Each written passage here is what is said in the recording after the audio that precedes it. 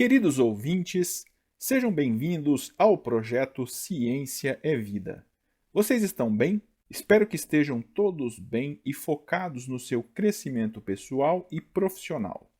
O nosso público-alvo é composto por alunos, professores, curiosos e interessados nos temas científicos e tecnológicos. Hoje nós trouxemos o primeiro conteúdo associado à fantástica área de Química, na temática Conceitos Básicos, a parte 1.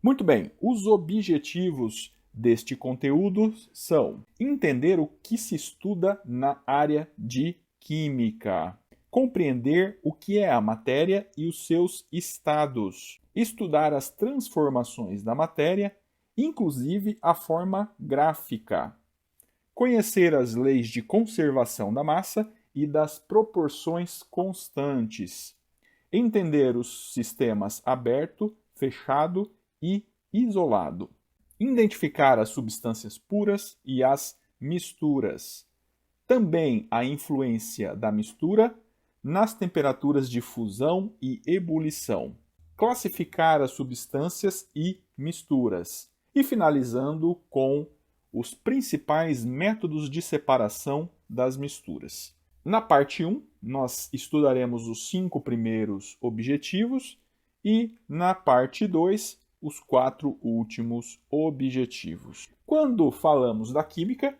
nós estamos nos referindo ao campo da ciência dedicado a entender a matéria, suas características e suas mudanças, envolvendo os estudos microscópicos, ou seja, a parte atômica ou molecular do material, e também a parte macroscópica, ou seja, aquilo que somos capazes de enxergar a olho nu. A matéria, de forma simples, é qualquer coisa que tem massa e ocupa espaço. Ou seja, se você é capaz de enxergar se tem massa e ocupa um lugar no espaço, a gente pode classificar como sendo matéria.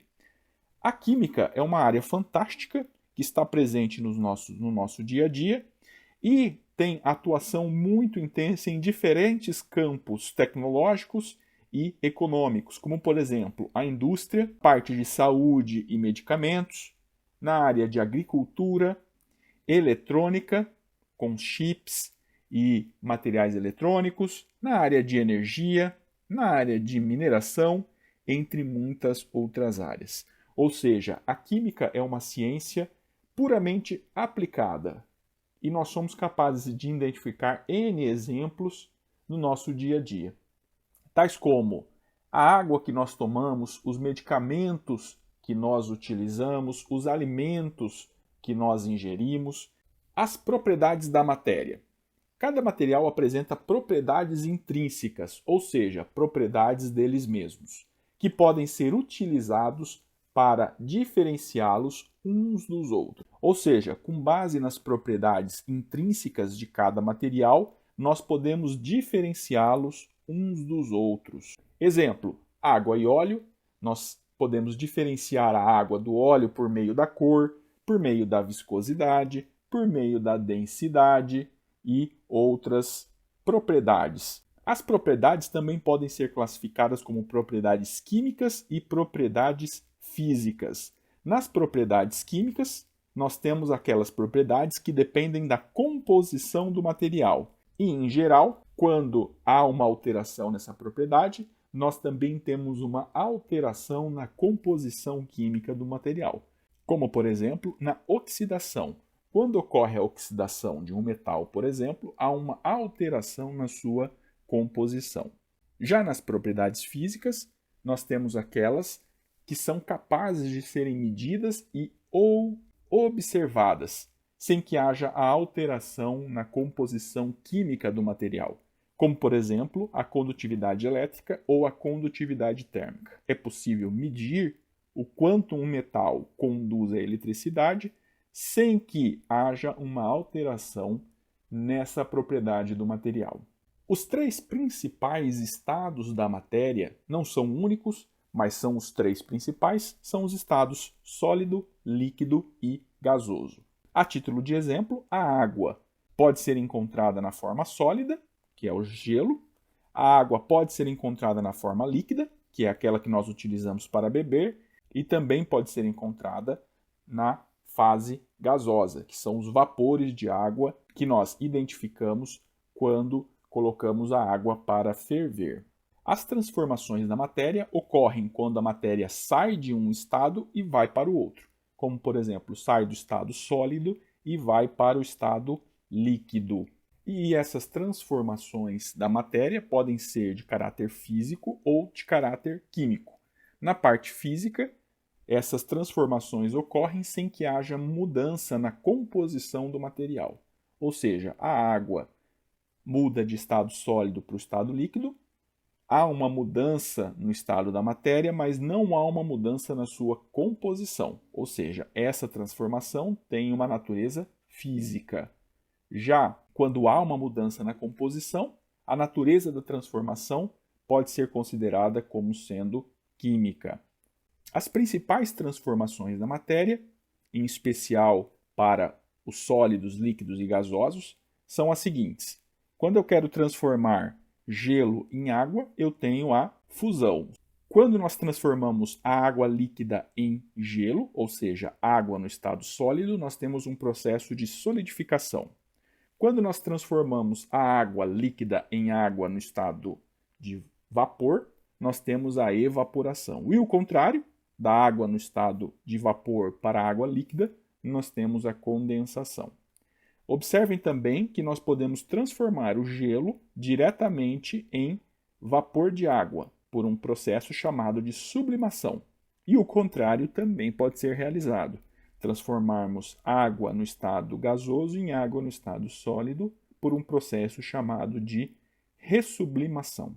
Observem que as transformações em vermelho são processos no qual ocorre a absorção de energia.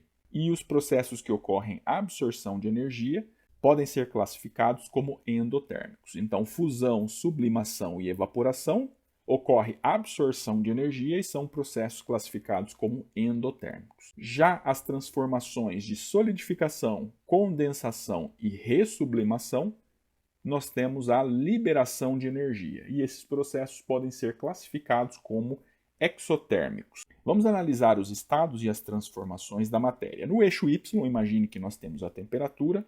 No eixo X, nós temos o tempo de aquecimento, ou simplesmente aquecimento. O primeiro estado da matéria é o estado sólido, já o segundo estado da matéria, aqui representado, é o estado líquido, e o terceiro estado da matéria, aqui representado, é o estado gasoso. Para que haja a transformação do estado sólido para o estado líquido, nós temos um processo de fusão, e do estado líquido para o estado gasoso, nós temos um processo de evaporação ou ebulição.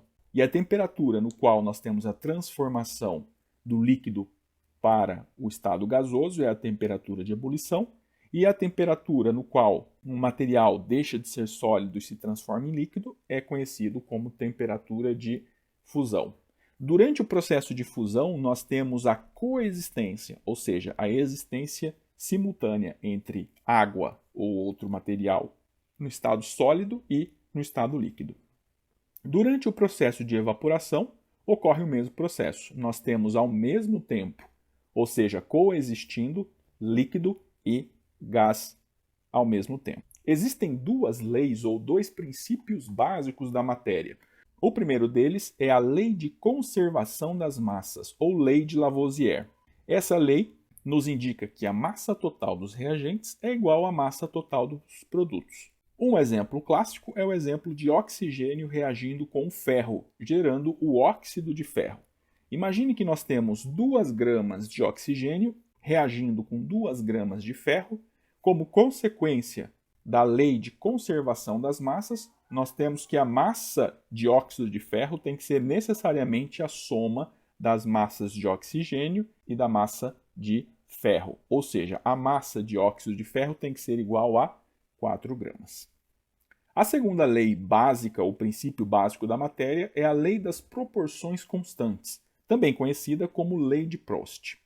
Nesta lei, nós temos que as substâncias combinam-se mantendo uma proporção constante. Vamos pensar no mesmo caso do oxigênio reagindo com o ferro, gerando o óxido de ferro.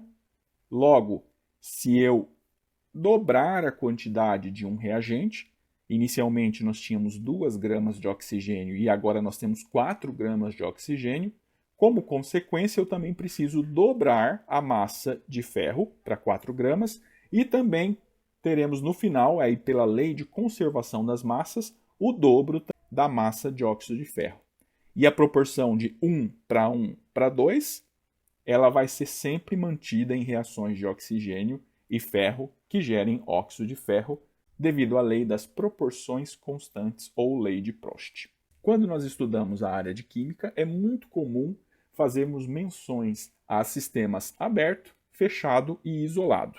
Lembrando que sistemas são porções delimitadas do universo que possibilitam ou favorecem o estudo de fenômenos e reações. Quando nós nos referimos a sistemas abertos, nós estamos deixando explícito que há troca de matéria e energia com o ambiente. Ou seja, eu estou cedendo ou absorvendo energia, em especial energia térmica, além de ceder ou ganhar matéria. E um exemplo disso é um aquário aberto. Note que um aquário aberto ele pode perder água por evaporação ou receber água com uma chuva, por exemplo.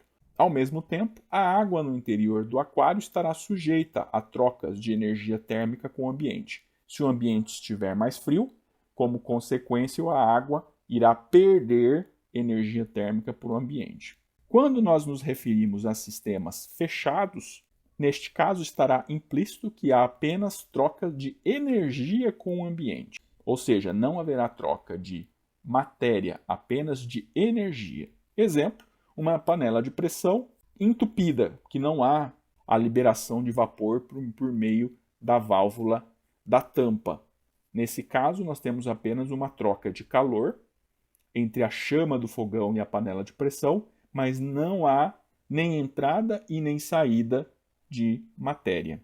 E os sistemas considerados isolados são sistemas no qual não há troca nem de energia e nem de matéria com o ambiente. E o exemplo clássico de um sistema isolado é uma garrafa térmica perfeita. Então note que não sai e nem entra matéria e não há troca de calor com o ambiente externo. Muito bem, então nessa primeira parte nós abordamos o que estuda a área da química, compreendemos também o que é a matéria e os seus estados, estudamos as transformações da matéria entre sólido, líquido e gasoso, inclusive a forma gráfica, conhecemos as leis de conservação da massa e das proporções constantes, além de entender o que significa um sistema aberto, fechado ou isolado. Na parte 2 dessa aula, nós abordaremos as substâncias puras e as misturas, a influência das misturas sobre as temperaturas de fusão e ebulição, vamos aprender a classificar as substâncias e misturas, bem como conhecer os principais métodos de separação das misturas. Muito bom, estimados ouvintes! Desejamos que o conhecimento que nós trouxemos hoje contribua para a sua jornada de vida e se você gostou do conteúdo, compartilhe com seus amigos e professores. Nos vemos na próxima. Tchau!